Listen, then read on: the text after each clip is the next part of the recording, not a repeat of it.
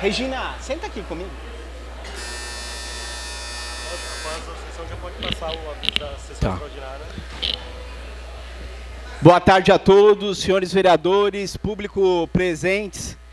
Dando cumprimento ao que dispõe o parágrafo único do artigo 48 da Lei Complementar número 101, de 4 de maio de 2000, Lei de Responsabilidade Fiscal, estamos dando início à audiência pública sobre o projeto de lei de autoria do Executivo Municipal, que está tramitando nesta casa e que dispõe sobre o orçamento da Estância Balneária de Praia Grande para o exercício de 2017.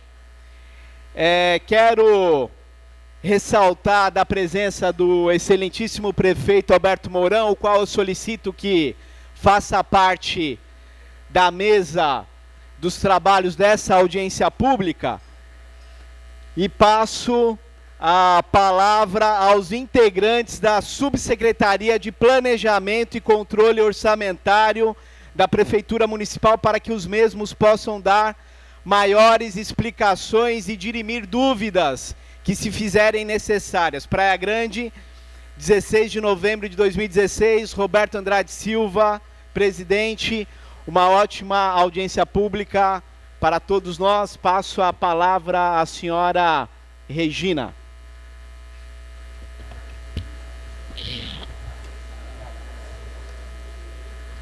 Boa tarde a todos, senhor presidente, senhor prefeito, senhores vereadores.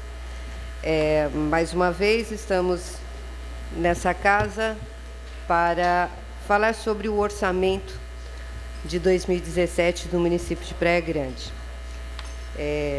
O orçamento é uma peça que ele é elaborado desde o começo do ano, né?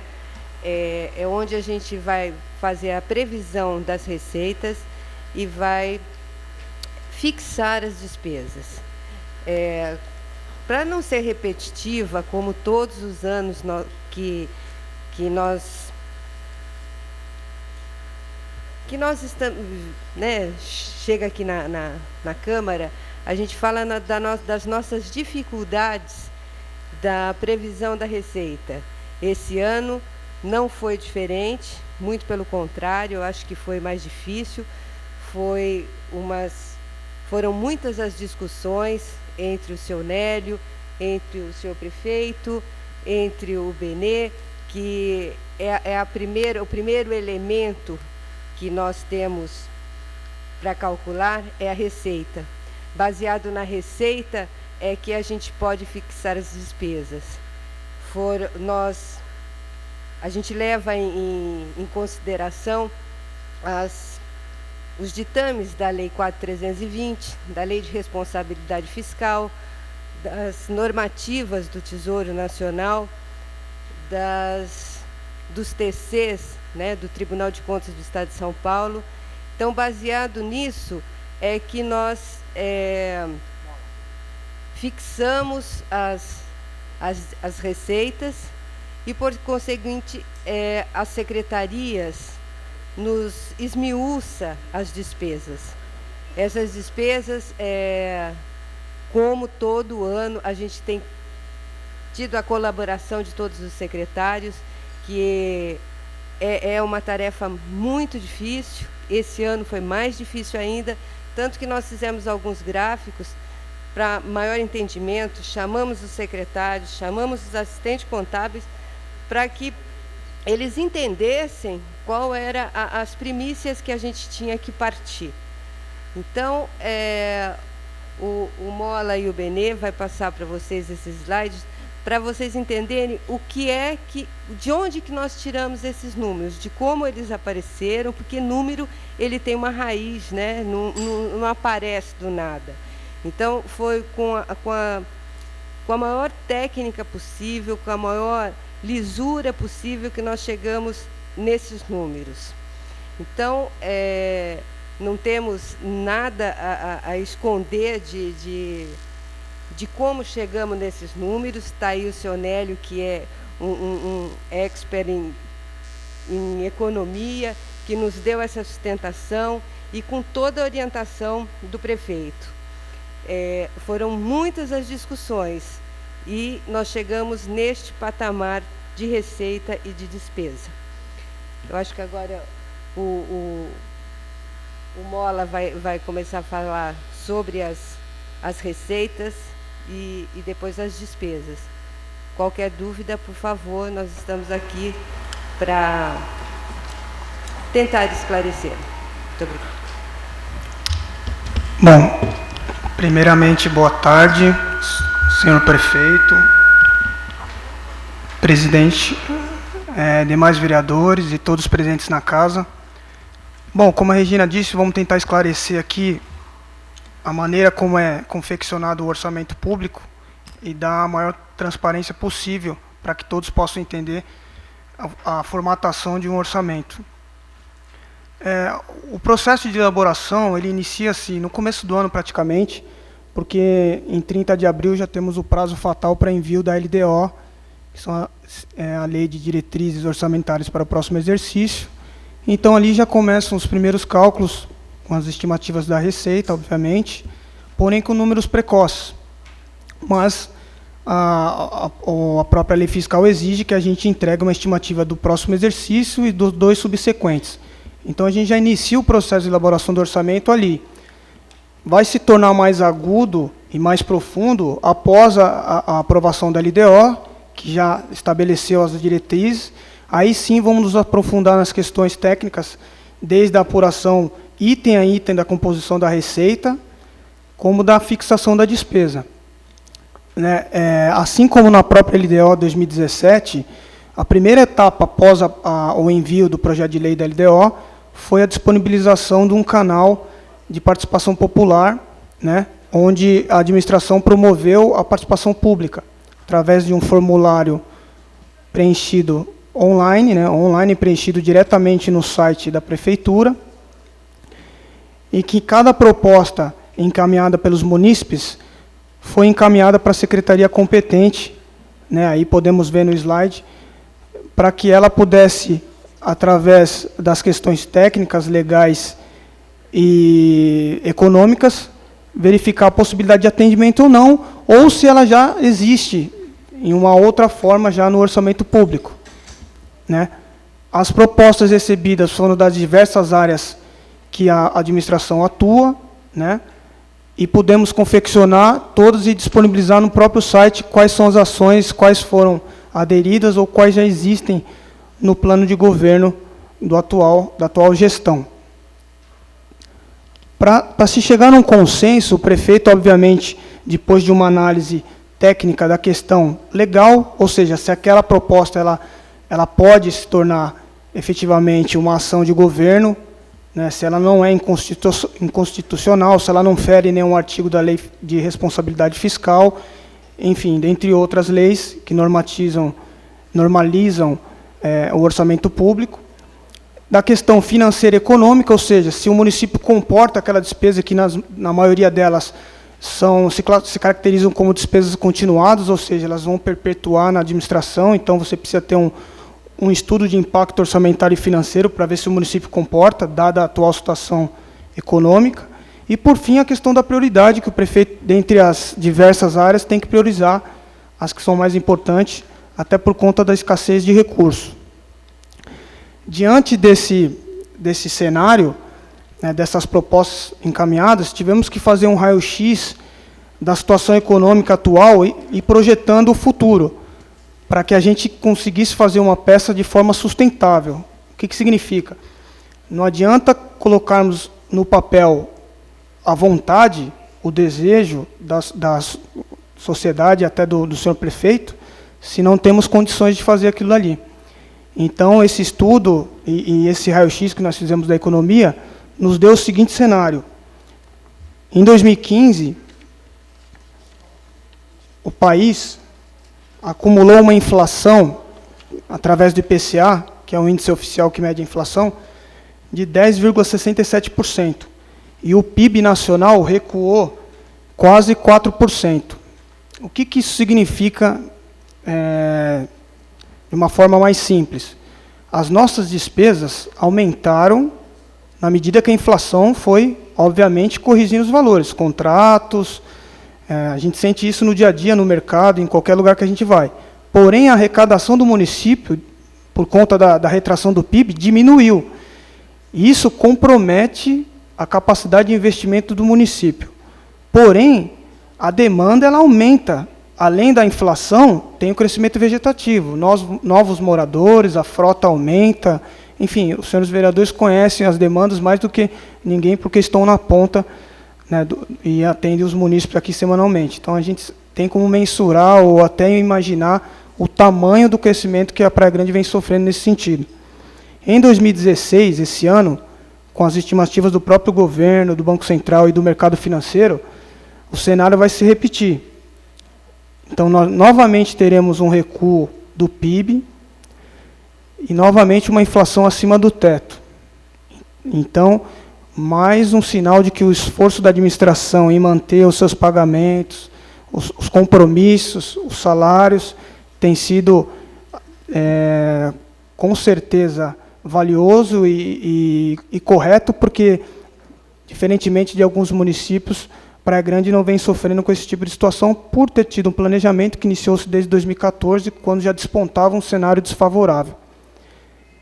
Para 2017, o Benê vai falar mais especificamente, o cenário continua ainda desfavorável, né? Porém, já dá sinais de recuperação. Porém, a gente não pode trabalhar com sinais, a gente trabalha com o que é concreto, né? E, nesse momento, sugere-se cautela. No próximo slide, nós isolamos somente as receitas próprias da prefeitura, que nós chamamos de receitas ordinárias. É aquela que o prefeito ou a administração tem total poder discricionário sobre ela, ou seja, não tem vinculação nenhuma. Antes a gente medir o aumento do Fundeb, o aumento das transferências do SUS, se elas estão condicionadas a serem aplicadas naquela área. Então, é com isso que o prefeito consegue pagar os funcionários, cumprir com os compromissos contratuais, expandir, atender o aumento da demanda e por aí em diante. Em 2015, do total das receitas próprias, o município de Praia Grande tinha já comprometido mais de 76%. Em 2016, já projetando os números com base em setembro, ou seja, bem próximo do que deve acontecer, esse número, esse percentual de receita disponível, ela recua em 2,70%. E nas projeções de 2017, o nível de comprometimento sobe para 86%. O que seria essa receita comprometida? Quais os itens que compõem essa receita comprometida? Folha de pagamento de todos os servidores, os 22,5% destinados à saúde, onde o mínimo é 15%, mas já sabemos há anos que os 15% já são insuficientes. Alguns municípios sofrem com essa necessidade de se aplicar mais. A saúde é cara e a demanda aumenta de forma rápida e assustadora. 26 e 19, uma aplicação considerável razoável com base na própria recomendação do Tribunal de Contas, na educação. O recolhimento do PASEP, que é uma obrigação de todos os municípios, de outros órgãos do governo. O orçamento da Câmara Municipal. Amortização e juros da dívida pública. Pagamento dos precatórios. Os benefícios concedidos aos servidores, dentre eles vale transporte, cesta básica. Uma reserva de contingência que a própria LDO estabelece, exige, né, na verdade, a previsão de uma reserva para passivos contingentes que venham a surgir, ou riscos fiscais. E um aporte financeiro que veio substituir a alíquota suplementar, né, ela substitui a alíquota suplementar a partir desse ano, através da Lei Complementar 717 de 2016, até no esforço de equilibrar os gastos com o pessoal, porque na medida que fosse aumentando essa alíquota suplementar, ia cada vez mais forçar o índice de comprometimento com despesa com o pessoal e poderia prejudicar as ações governamentais e até o próprio funcionalismo. O que nos resta, e no próximo slide está detalhado também, são os 13,96%, 98% da receita, digamos, disponível.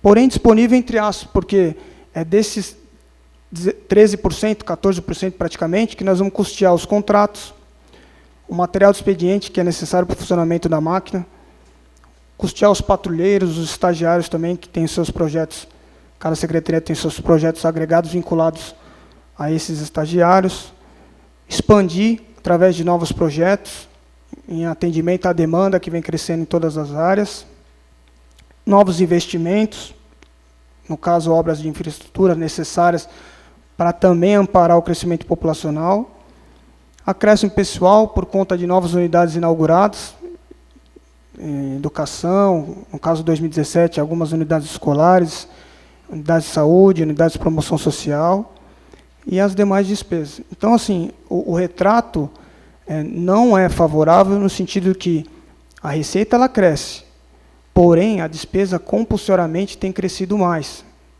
E isso é fácil de a gente perceber por conta da inflação que nos apresenta aí nosso dia a dia, e o crescimento populacional, que nesse ano já ultrapassamos os 300 mil habitantes. Então, a gente faz um comparativo, trazendo para a nossa realidade, como se fosse você ter a mesma quantidade de comida na sua casa e 2 pessoas por ano e morar lá. Uma hora vai faltar para alguém, você tem que apertar dali, apertar daqui, é o que o Praia Grande tem feito desde 2014, aliás, desde sempre, mas intensificou as medidas de contenções para que hoje o prefeito conseguisse cumprir com todas as obrigações.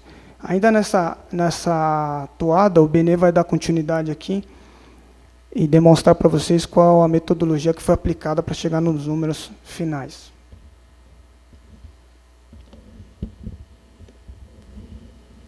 Boa tarde a todos.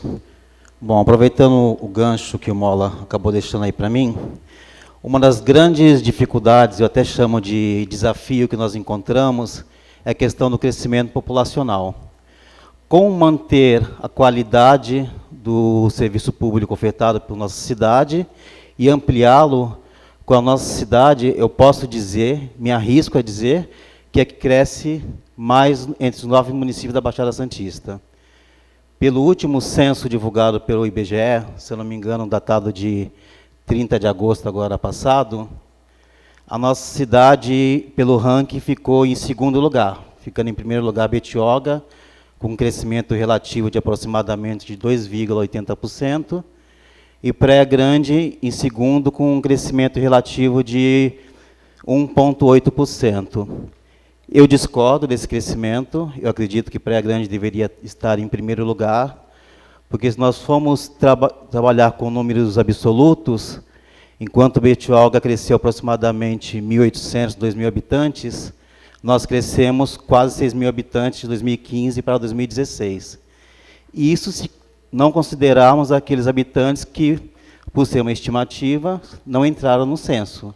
Eu mesmo posso dizer que não fui consultado pelo IBGE, então provavelmente eu inexisto neste momento. Então é muito difícil realmente mantermos um crescimento da arrecadação, principalmente a arrecadação própria, que é fruto do nosso trabalho, do trabalho de todos da municipalidade, e ainda ofertarmos novos serviços, porque são novas crianças na rede escolar, são novos atendimentos em todas as unidades de saúde, são novos atendimentos em todas as unidades sociais, então realmente fica muito difícil. Recentemente, a equipe da prefeitura esteve num congresso na cidade de Serra Negra e foi dissertado sobre essa polêmica da dificuldade da maioria dos municípios brasileiros, como manterem a qualidade e o seu crescimento em face de uma crise que vem se alastrando aí há alguns anos e que, paulatinamente, talvez diminua, mas num tempo um pouco mais devagar do que a nossa necessidade. Em relação à função da peça orçamentária, que neste momento nós ainda é um projeto de lei, dentre as diversas funções do projeto de lei, nós podemos destacar que tem que estimar a receita. Por que estimar? Que nós não temos uma certeza se essa receita prevista vai ou não acontecer. Por isso que o termo estimativa ele é muito importante de utilizar. E fixarmos a despesa. A despesa é mais fácil de nós conhecermos o que está acontecendo, tudo, por mais que tenha um desvio por conta de um serviço novo ofertado ou não, mas acaba sendo mais fácil, tecnicamente falando, de se fixar essa despesa. Temos também como prioridade a atualização do PPA. O PPA é uma peça dinâmica, ele é feito para um período de 4 anos. Então, a cada LDO que é elaborada, a cada lei orçamentária, uma lei vai atualizando a lei anterior. Não pode ser uma coisa estática. Temos que atualizar, rever prioridades, rever a arrecadação, até porque na época de elaboração do PPA, por questões técnicas da própria Secretaria do Tesouro Nacional, nós não descemos ao nível de fonte ou código de aplicação. Falando numa linguagem mais popular, nós não dizemos qual é a cor do dinheiro. Se é um dinheiro federal, se é um dinheiro estadual, se é um dinheiro oriundo da atividade municipal. E isso nós só iremos conseguir enxergar realmente na época de elaboração da lei orçamentária. Temos também como prioridade demonstrar, no momento de elaboração da LOA, qual é a posição de nossa dívida consolidada, bem como de nossa dívida flutuante. Demonstramos ainda, dentro do valor total previsto para o município, quanto deverá ser despendido com a Seguridade Social. Conforme a Constituição Federal, se não me engano, no artigo 194, nós temos que investir valores para 3 áreas, que são a promoção social, saúde e previdência social, que a somatória das 3 é o que nós chamamos de eixo Seguridade Social.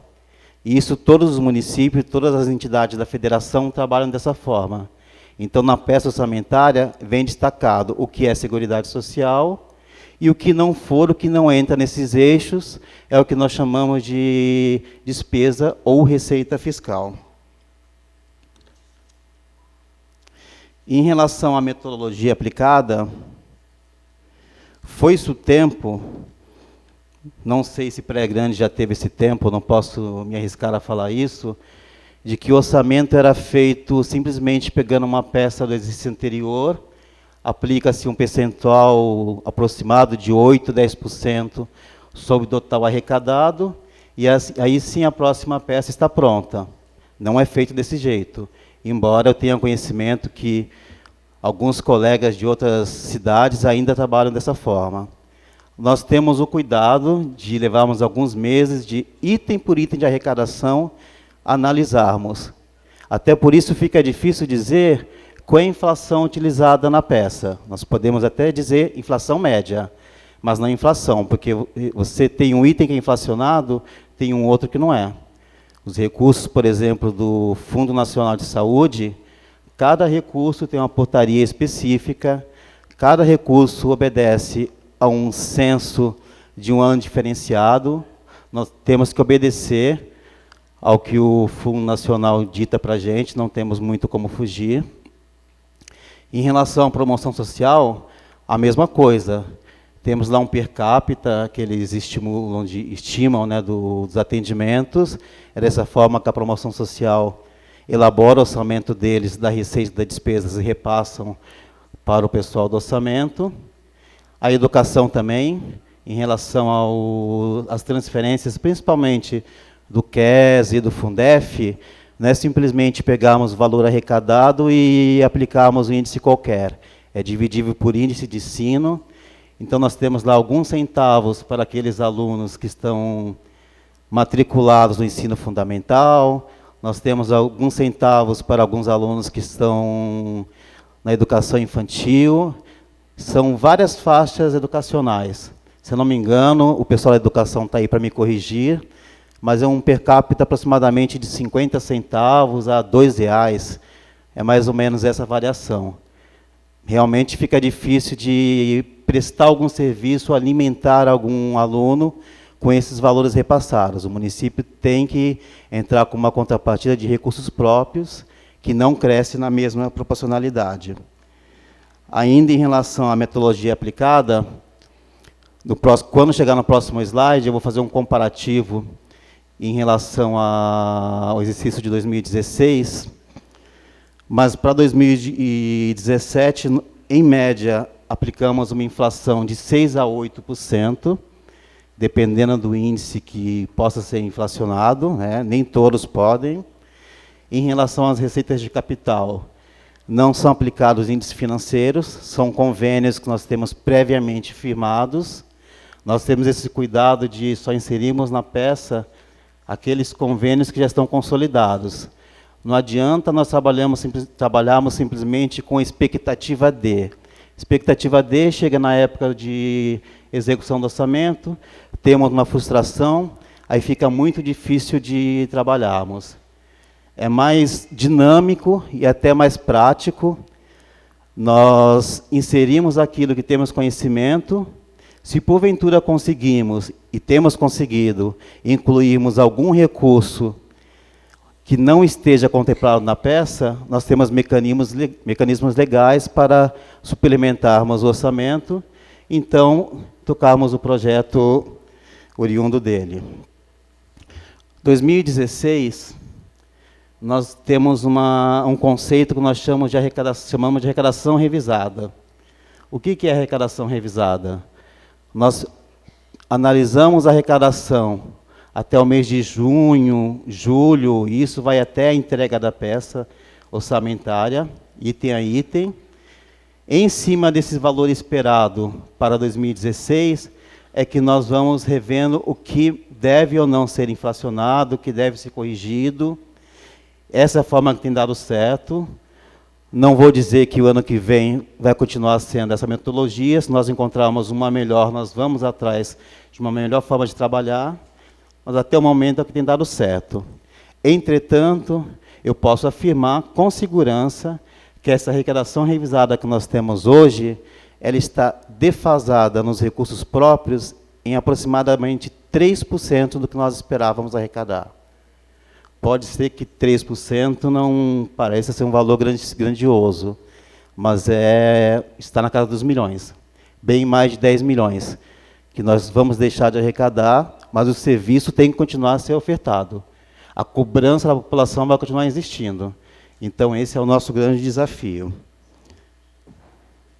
Esse slide é o que eu falei, onde nós fizemos a comparação com a arrecadação inicial de 2016. Então, nós podemos notar que, embora a inflação média trabalhada seja em torno de 8%, a receita tributária cresceu em média 5,5%.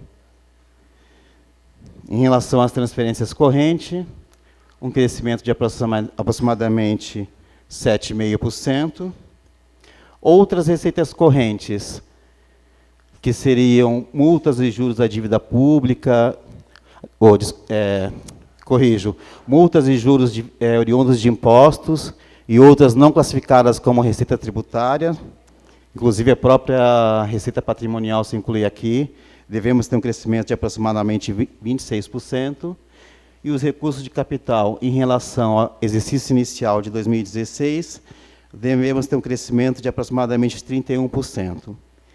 Isso, em média, o orçamento geral do município deve crescer 11,77%.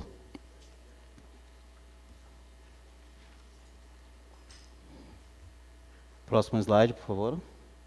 Próximo. Aqui nós vemos um espelho do que deverá ser a arrecadação para o próximo exercício. 88% que corresponde à administração direta, somatória de prefeitura com repasse para a Câmara Municipal, na casa de aproximadamente 1.224 milhões. Para a administração indireta, que é compreendida pelo Instituto de Previdência Municipal, aproximadamente 161.225 mil, onde grande parte desses recursos fazem parte da reserva de capitalização para as futuras aposentadorias, que dá a somatória de 1.386 milhões. Agora a Mola vai dar continuidade à dinâmica da apresentação. E, independente do que foi explanado aqui ou não, não dá para falar tudo, porque a peça realmente é muito complexa, nós estaremos à disposição para falar qualquer item de receita que surja algumas dúvidas eventuais.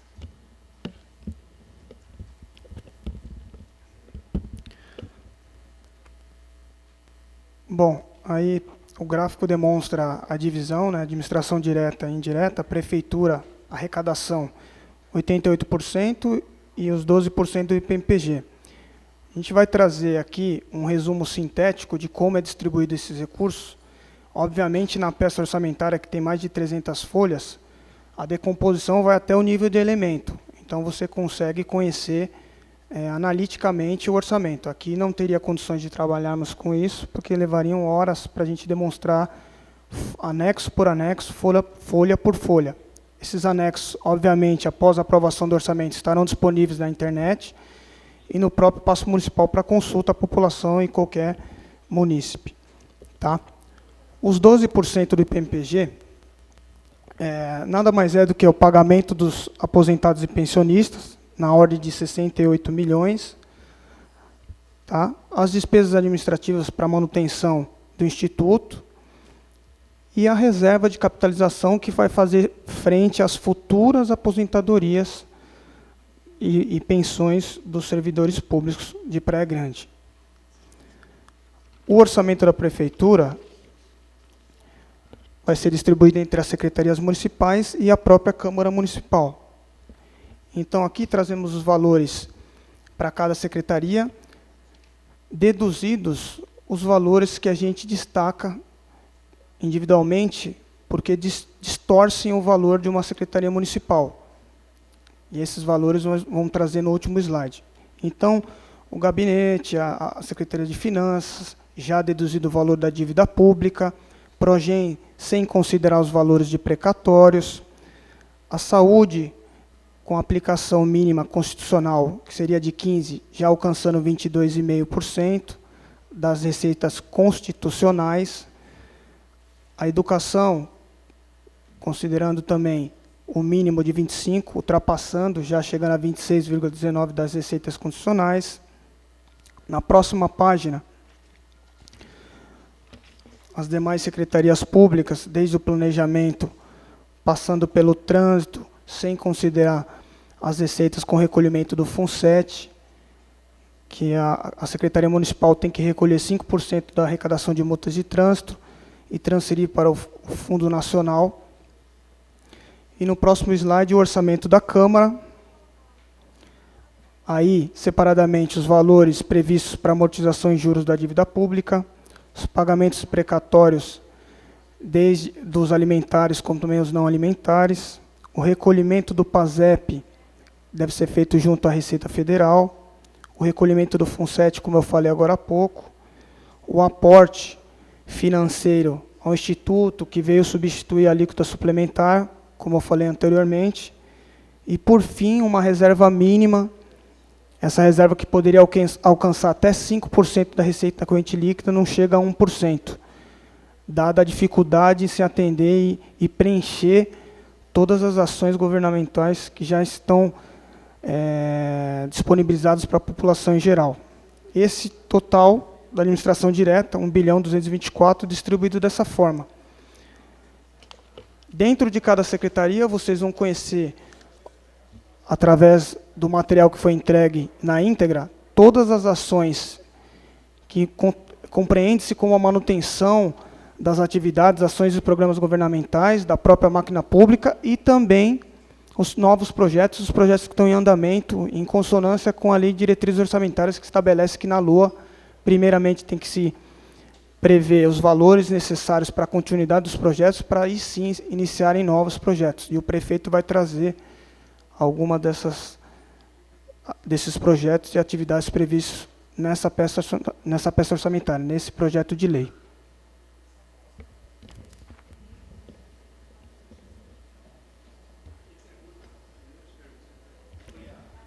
Vamos colocar à disposição do Betinho para que ele passe aos vereadores e aos presentes para dúvidas.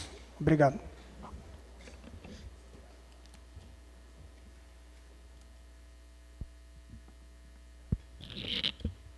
Carlinhos, acende a luz, por favor.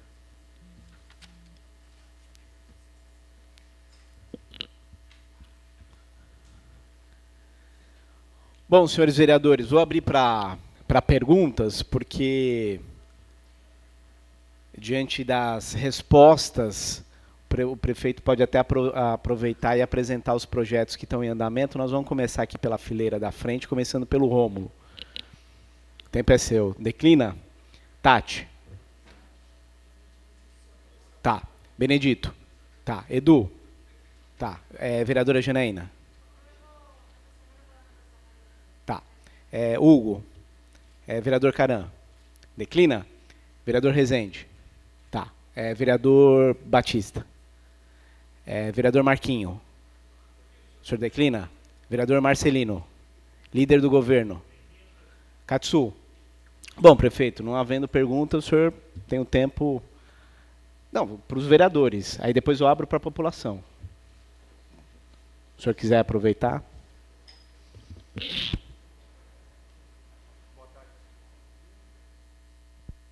Bom, boa tarde para todos. Queria saudar o presidente da Câmara, saudar os vereadores, agradecer a oportunidade de estar aqui com vocês mais uma vez, até porque é uma oportunidade que requer, né, uma atenção especial.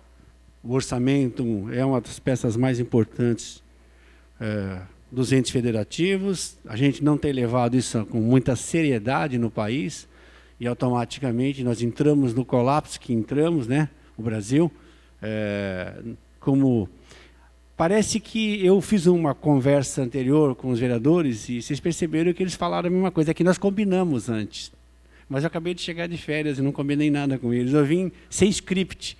É que a nossa equipe técnica da prefeitura está extremamente preparada e extremamente competente, tem feito seu papel. A máquina se preparou, saiu do campo político para o campo técnico, deixou a política para o poder legislativo, para o executivo, que tem que estar antenado com os anseios da sociedade.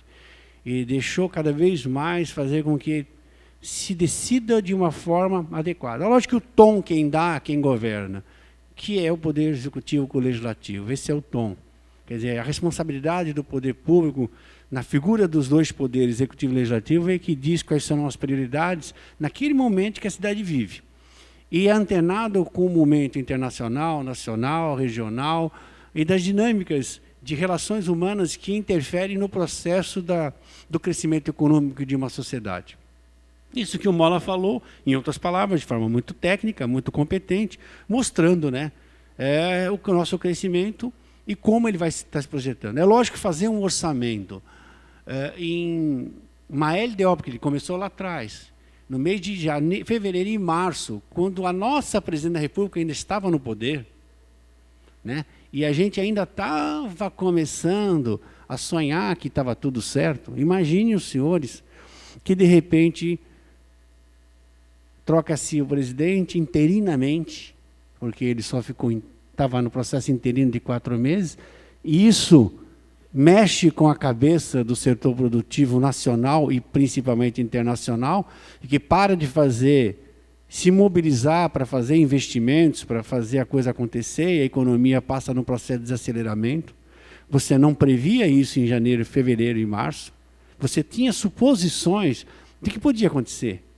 Mas, cara, quem é que pode achar que alguém vai às vias de fato de um afastamento de um presidente da República e depois vai às vias de fato definitivo? Então, a realidade é que o cenário não era só um cenário econômico ruim, era um cenário político ruim. Ele potencializava o cenário econômico. Então, nós não podíamos nem prever, e isso não estava escrito no manual de fazer um orçamento. E a gente tem que estar com essa informação e a informação econômica. Se vocês pegarem, nós tivemos queda econômica de 2 anos consecutivos.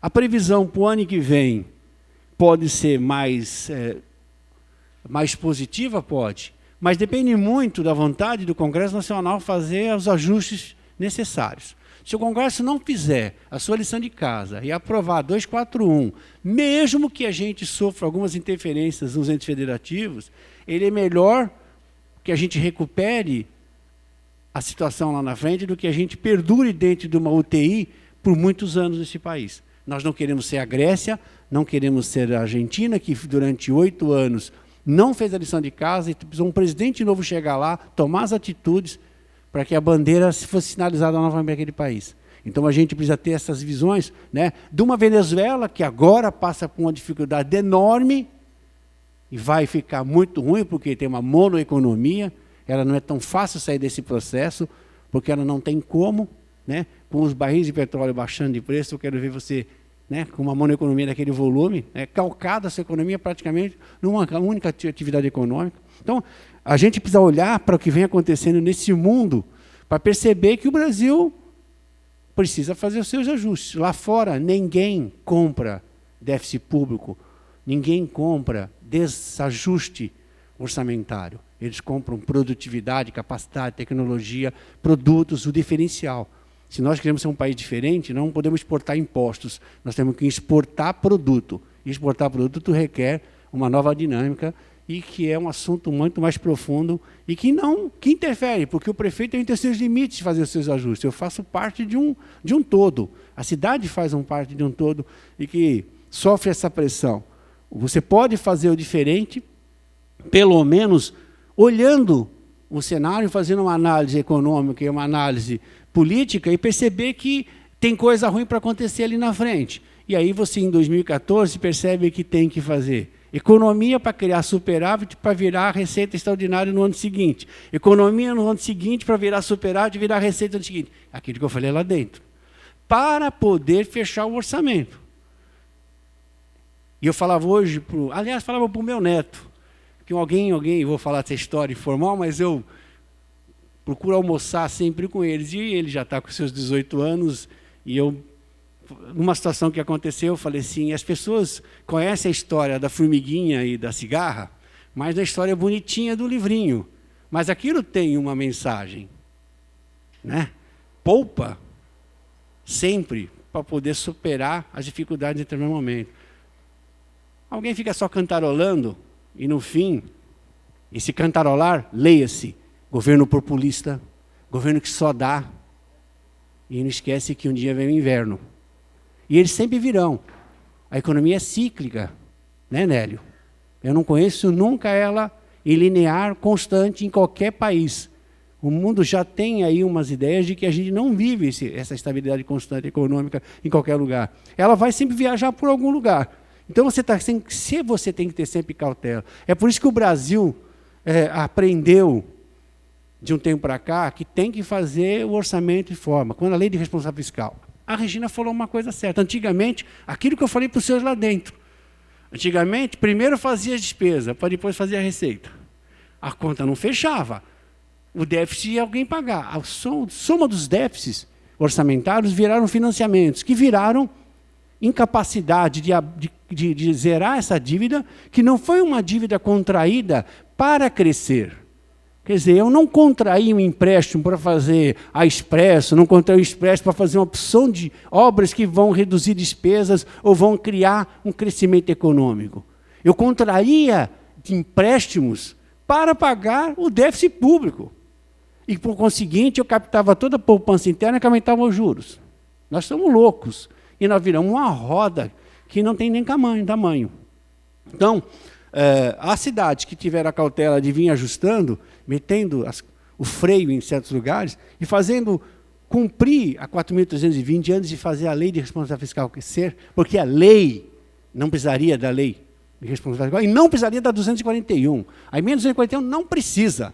Basta cada ente federativo, basta cada poder existente executar e ter noção exata da economia do seu país e da capacidade que ele tem de aumentar o seu crescimento, para ele ter noção de que o orçamento dele não pode crescer mais que o orçamento geral. Senão, alguém está sugando. É uma célula cancerígena dentro de um corpo. O que o governo federal está tentando fazer é extirpar essa célula cancerígena, de forma que haja unidade orçamentária, né, Regina? Porque ela é una, mas não é.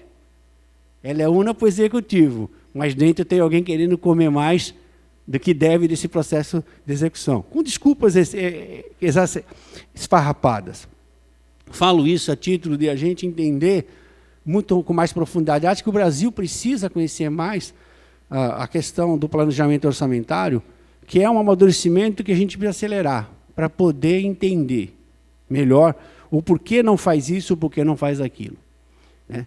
A gente não precisa ter dificuldades de pagar os nossos fornecedores.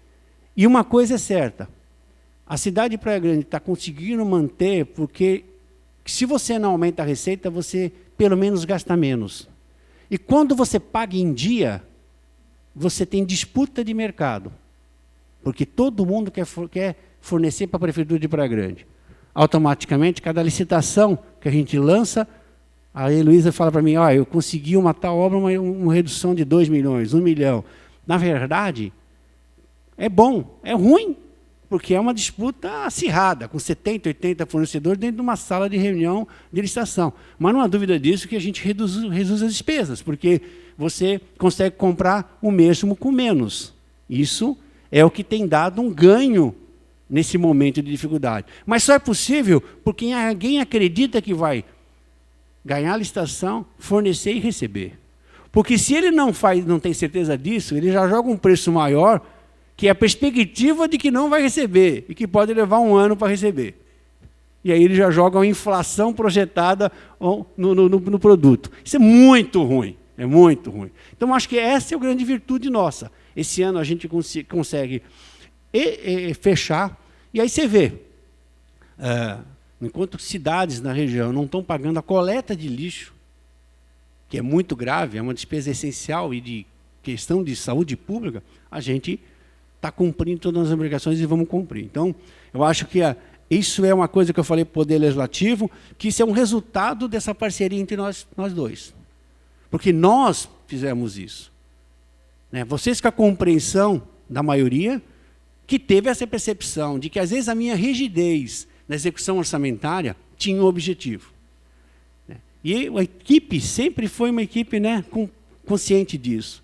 Então, eu fico feliz de poder ter trabalhado ao longo desse meu tempo com uma equipe permanente, que com a capacidade que, cada vez mais, né, tem sido uma referência até para o Tribunal de Contas, nesse sentido. Então, para mim, é muito bom ter essa tranquilidade para poder deixar eles trabalharem no planejamento e a gente dar o tom político e das diretrizes. É lógico que puxar a linha da entrada e da saída do recurso, ela é fundamental. As decisões são fundamentais.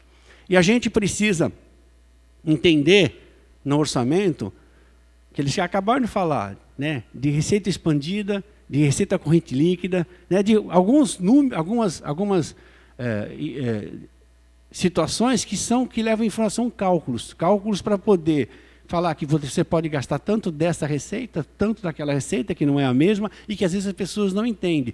Tem o dinheiro numa coisa, mas não pode gastar na outra. Porque essas são diretrizes que são estabelecidas pela Constituição, pela Lei de Responsabilidade Fiscal, por orçamentos amarrados, vinculados excessivamente, eu acho, em algumas situações, e a gente tem que ter essa visão. Senão a gente não acaba ainda entendendo porque tem dinheiro no lugar, alguém falou lá dentro, e não pode ter para isso. Não é assim. Tem, mas não tem. Tem para lá, mas não tem para cá. E aí a gente tem que ter essa percepção para poder fazer o nosso trabalho. Onde entra, então? Então o computador resolveria esse problema? Não, o computador não resolveria esse problema, porque é uma ciência exata, não tão exata o orçamento. Ele depende da ação, né, do agente administrativo, da máquina pública. Nós, como disse o Mola, e eles falaram anteriormente, nós temos uma preocupação do que vai acontecer lá para frente, né? Crescimento populacional maior que o crescimento econômico. Neste momento, talvez a gente tenha efetivamente passando por essa dificuldade. Eu acho que nós temos que voltar. 2014 foi o melhor ano, né? 13 e 14. Se a gente extrapolar ele só volta em 2019. Eu falei para os vereadores hoje que a gente não vai ter 17 e 18 para voltar a 14. Nós temos que só vamos voltar a 14 corrigido em números em 2019. Eu falei isso para o Nélio uma vez. Porque a gente tem que perceber que a hora que o país fazendo a sua lição de casa, O PIB tem que voltar a crescer, deve crescer num volume mais adequado, constante, e aí a gente retoma só os valores de lá na frente. Automaticamente, isso vai descomprimir para que você possa fazer ajustes necessários. Então, a gente tem 2017 e 2018 que tem que ser cauteloso. Apesar do segundo semestre sinalizar com um pequeno crescimento, não há dúvida que o PIB não pode crescer, não deve crescer. Se crescer 1,5, nós já vamos bater palmas. Nós vamos bater palmas. Se a gente crescesse 2,5 ao ano, já estaria, duvido, né? Mas a gente precisa torcer para que o país faça a lição de casa, e é melhor 2,5 períodos longos do que 6 e depois um tombo. Aí não tem planejamento que aconteça. Esse aqui é o problema também. Você não projeta de longo prazo, não faz planejamento de longo prazo. É óbvio que em alguns setores, que nem Fundeb, que nem SUS, vão sofrer. SUS mais que o próprio processo educacional. Porque se a economia melhorar, é lógico que alguns setores não podem ser afetados pela 241, que é a questão de que ele não pode interferir nos fundos constitucionais. Mesmo sendo uma emenda constitucional, ele não vai interferir no fundo. É X% disso que vai lá para dentro. Ele não pode mexer nisso. Mas se ele também não crescer a economia, ele vai ser pífio, pode crescer só a inflação e pronto. Então, acho que a única coisa que nos restou é fazer uma peça orçamentária em cima de uma realidade, para não criar uma peça de ficção que depois nos faça aquilo que ele falou lá atrás. Nós vamos fazer uma peça que nós vamos ter que recuar. Nós vamos recuar, né? Vamos ter que fazer o policiamento dela mês a mês, e aí vamos ter que contingenciar, vamos ter que tomar medidas para não ser chamada a atenção de que houve um planejamento inadequado. Então, a gente precisa ter essa percepção. A gente tem projetos, a cidade tem, e uma das dinâmicas que esses governos têm estabelecido é buscar priorização, racionalização e buscar parcerias. E dentro dessa política de parcerias, é óbvio que elas são fundamentais. Elas estão à disposição. Só basta você ter projeto e ter capacidade de contrapartida e capacidade de endividamento. Se você não tem essas três coisas, não adianta. Alguém perguntou para mim como é que isso acontece. Eu falei que essas três coisas acontecem. Se não tem essas três coisas, o cenário não vai existir. Só vai nevar se tiver chuva, umidade relativa do ar e temperatura baixa. Não chove, não vai nevar em hipótese alguma.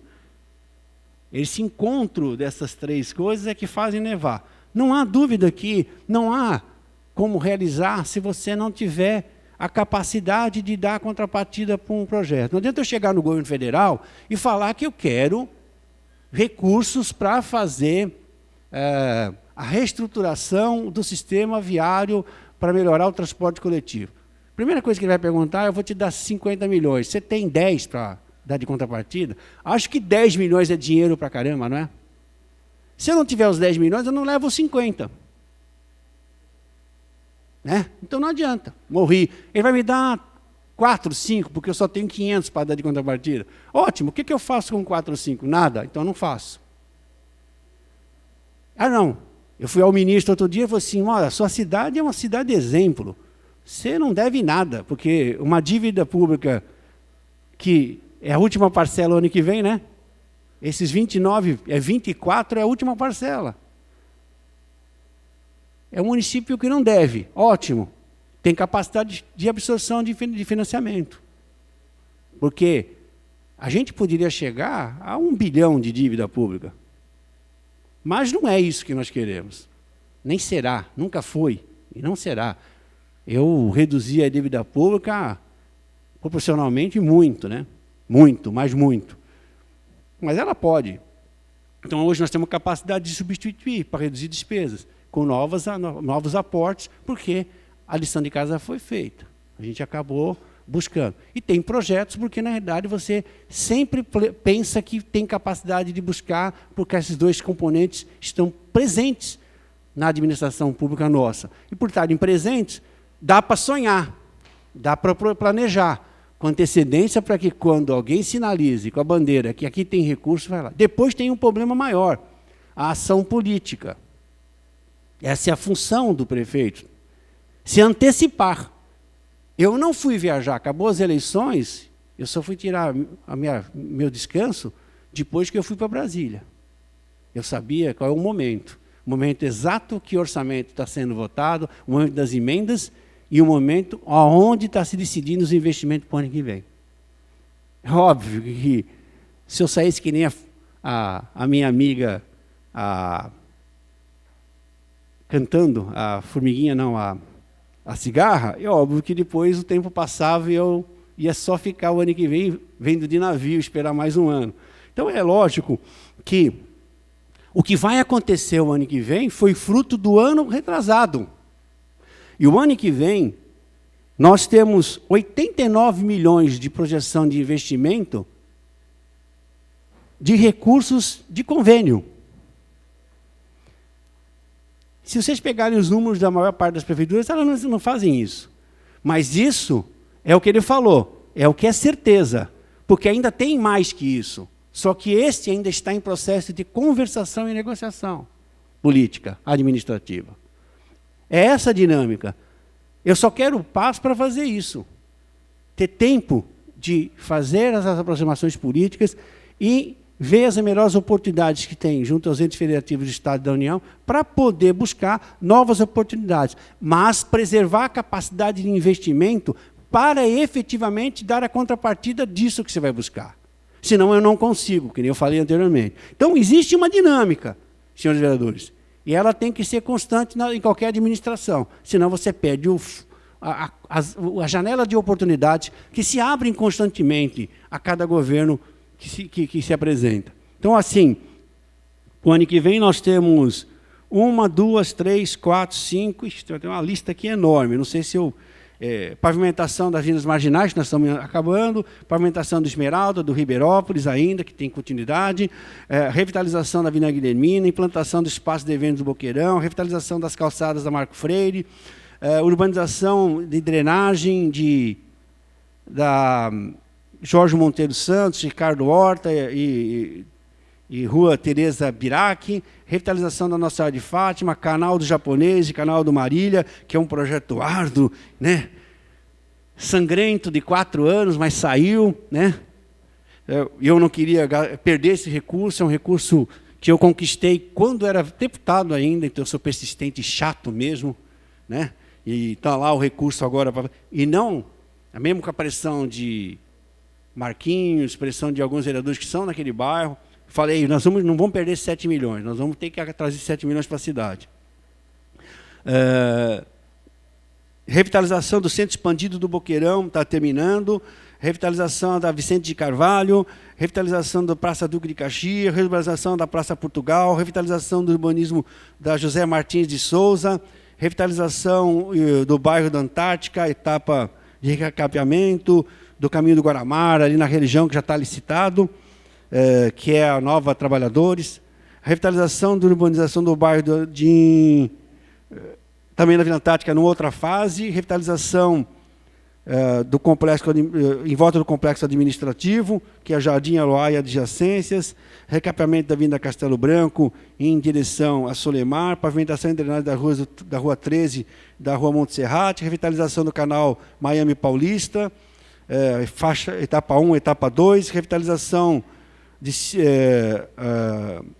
passeios no município de Praia Grande, em diversos, são 4, 5 etapas, requalificação do sistema viário da Avenida Cidadão, também, que esse é um aporte também de convênio, revitalização do calçadão da Orla, Mirim Solemar, e tem mais uma lista aqui da CEL, que é a construção do Centro de Iniciação Esportiva, CEFIM, o anexo fiscal, que está em início de obras, reforma da base de radiopatrulhamento para receber o Águia, o Augusta, que são 2 helicópteros que virão para cá. Eles só podem ficar parados em Praia Grande se tiver a climatização do hangar. Ele não pode ter interferência da alta umidade relativa do ar da Baixada. Esse helicóptero já foi comprado, está no interior, e se a gente não fizer a reforma, o helicóptero vai acabar perdendo. Então, ele faz o transporte de doentes também, É para feita de emergência de transporte aéreo de doentes e para fazer o patrulhamento também militar. Então, para nós é importante, para a Baixada é importante que a gente faça a climatização o mais rápido possível, senão fica no esquecimento e nunca mais vem esse helicóptero para cá. O Estado gastou 60 milhões nesse helicóptero. Construção do centro POP e da Casa de Estar nova, que é o reordenamento do sistema também, ampliação da Usafato de Bastos, Quietude, Ribeirópolis, Mirim, Milvi e Santa Marina. Revitalização da área de lazer do Portinho, e deve ter mais alguma coisa por aí, mas a gente vai ficando por aqui e ficando à disposição, presidente. Terminada a explanação do senhor prefeito, eu quero abrir para questionamentos do público presente, a começar da galeria à minha direita. Alguém à minha direita quer se manifestar? Não? Ao centro da galeria, alguém quer se manifestar, fazer alguma pergunta, algo que tenha ficado em dúvida da explanação da equipe da prefeitura e do senhor prefeito? Ninguém? À minha esquerda, alguém? Ninguém? Então, sem manifestações, quero agradecer a presença dos senhores vereadores, do público presente, dizer da minha honra de estar presidindo a minha última audiência pública do orçamento como presidente desta Câmara. Uma boa noite a todos. Declaro encerrada a audiência pública para a elaboração do orçamento 2017. Uma boa noite.